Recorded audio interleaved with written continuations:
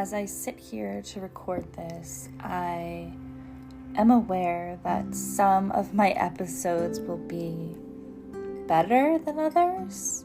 But then I'm like, what the fuck does that even mean, right? Like, and we do that all the time. We judge creation. We judge our own creations as some being better than others. And that's just based on like our belief systems and definitions. And it's a way that our mind categorizes and separates. And we judge creation itself, right? Just aspects of creation. I do it all the time. I sit here and I'm totally like, I don't know, I like almost ended up on my floor crying because the world is like so messed up and scary. And like, I just wish there were an Earth. Well, I guess there is a version of Earth. We're just not there, but a version of Earth where it's like, I saw like a grassy fields with lakes and glaciers. So like like a national park. In America, we have national parks and they're just beautiful. So imagine that, and it's sunny and it's beautiful and people are naked eating fruit and like sitting with one another and crying if something hurts. You know, when something hurts and instead of sitting with the other person and crying and acknowledging the pain and the projection and the wound, we retreat, we defend. It's how we're conditioned. It's certainly nothing we should be hard on ourselves about. I mean, it's like pretty brave to even decondition that within oneself, let alone with someone else or in a community. It's pretty next level, pretty new earth vibes, right? But like seeing that and then like people playing gongs and just like playing, like the earth has that potential. Like, look at our planet. Everyone could be supported and chill and like love each other. And I know that sounds really woo-woo hippy dippy, and I'm not like, I don't know. Sometimes I'm just like, damn. So anyway, totally judging creation because zoom out, there is a reality, there's an energetic reality that we all, on a typically unconscious level, on a soul level, have a collective agreement of this entire experience. The stuff that we push against, it's like all of the duality. It's just intense and wild. But anyway, this should be called the tangent T. So what I'm feeling right now is this, I'm reflecting upon the immense external pressure that we are under all of the time. And we internalize that and we put that pressure on our beings, on our sacred, expansive, intuitive beings. We look at the outside world, and the outside world is not, this isn't normal, right? Like, it's not intuitive, it's not fluid. It's, right? It's painful. Much of the outside world, the systems that have been created by humans, it's suppressing to the spirit. It is quite a trip. And to look outside of ourselves as we do, and from there determine what we should be doing and how we should be doing it. It's an act of self-betrayal in a way. And I'm reflecting upon that right now. I have been indulging in a lot of yoga at a yoga studio. My yoga practice consists of yin yoga, restorative, kundalini, a lot of pranayama, meditation, mantra work, gong baths. Definitely a more restorative practice. And I've noticed that for me, lately, it's just been welling up as tears coming out of my eyes and feeling like a release of pressure and straight up dumbfounded by the amount of pressure I have been putting on myself. And I know I'm not the only one who walks around and puts pressure on myself all the time. Pressure to perform, pressure to... And it just pressure. I honestly don't really have the exact words in the moment. And just realizing that is not our natural state. And I understand, I don't know, there's some quote where it's you don't have a diamond without pressure. Well, who the fuck made that up? Fuck you. No, but really, get out of here.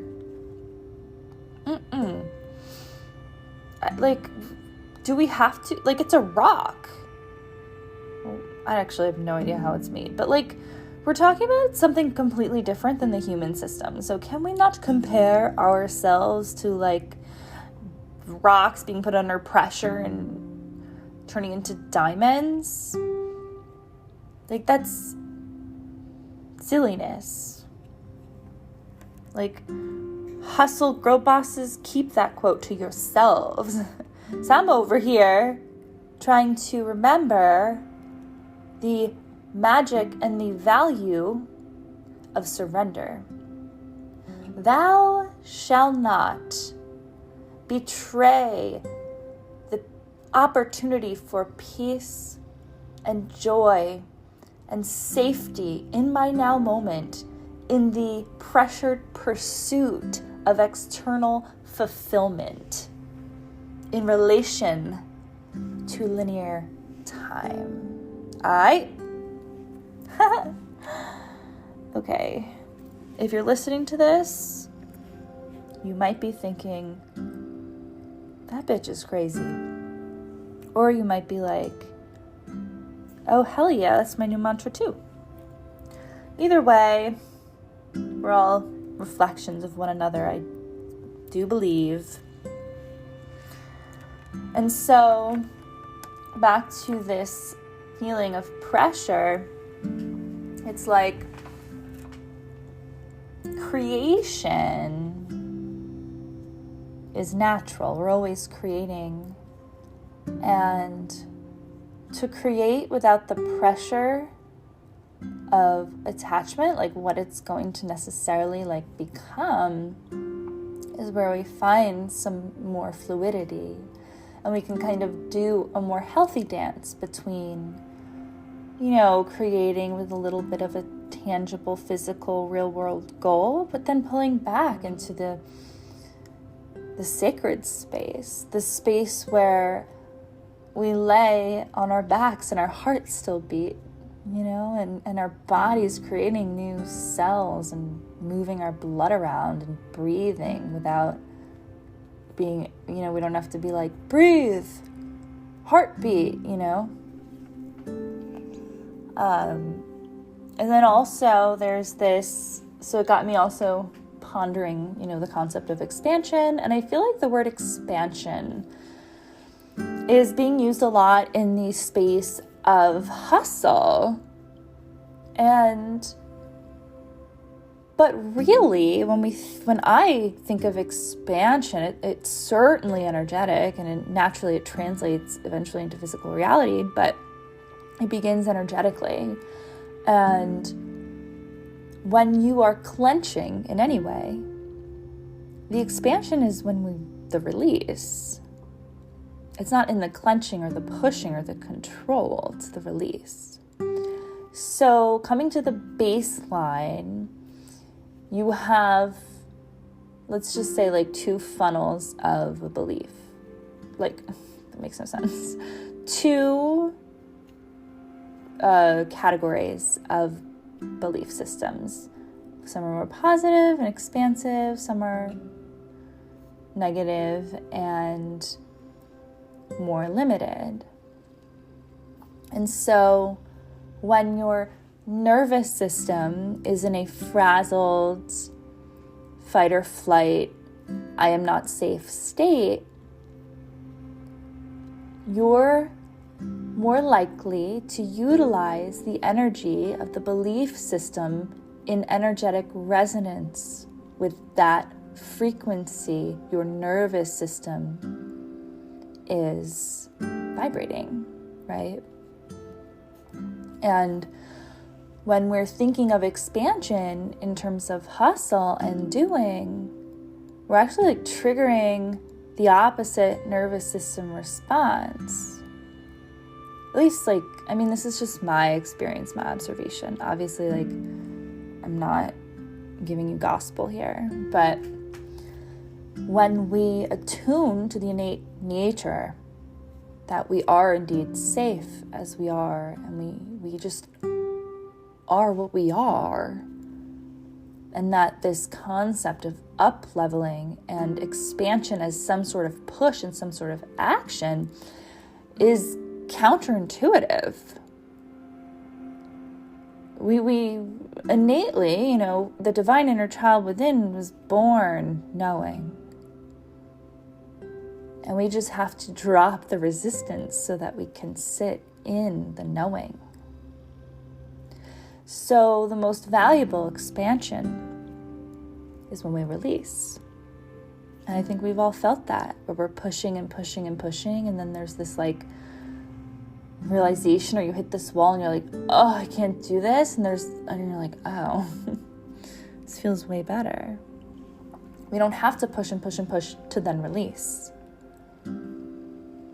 We can make releasing our baseline, but it takes a lot of practice because we are not conditioned for that to be the baseline. We are not conditioned for rest and release and surrender and trust and love and acceptance to be safe. We live in a world where it's saying, like, wherever the fuck you are, it's not good enough.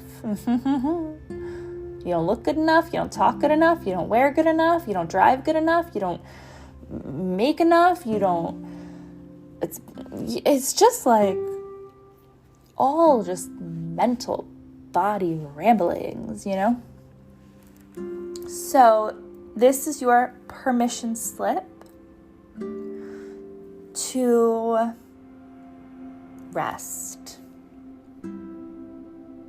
Expansion is an energetic state that we fall into.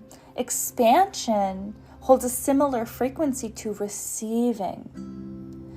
And the idea that we have to perform to receive, once again, is conditioned.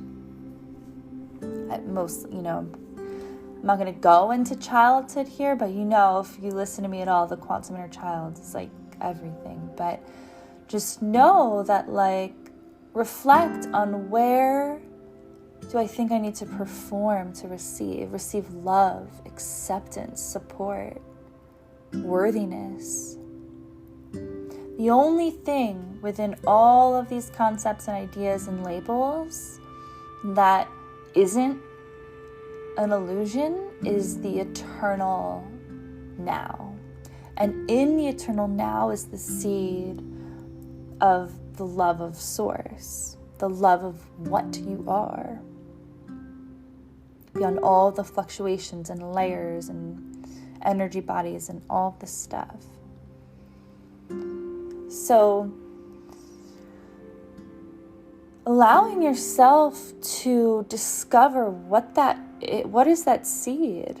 What is that baseline of receiving, of expansion really like for you? Sometimes I'm like, I don't even know if I'm making sense, but there's like a possibility I am. I hope that within this stream of consciousness,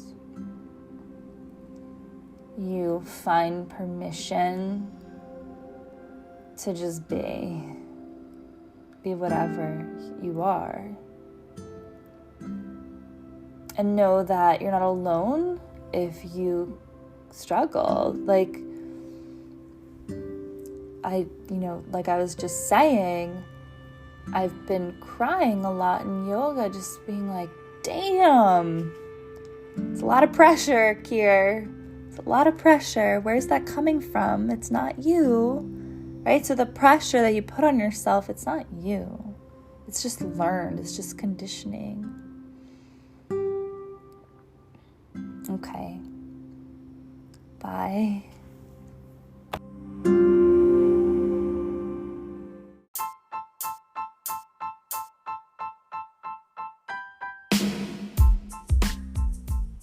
Thank you so much for listening to this episode of The Cosmic Tea. Please don't forget to like, subscribe, share on your socials, leave a review, tag me, share with your friends. All of the things really help me, and I appreciate it so much. Also, if you want to hear from me every single Monday morning in your email, subscribe to the Magic 5. It's a free newsletter filled with Starseed Transmissions, magical tidbits, astrological happenings, and of course, unhinged human riffs on life. Show notes, baby. Take a peek, click it, subscribe, and I will see you in your inbox. Bye.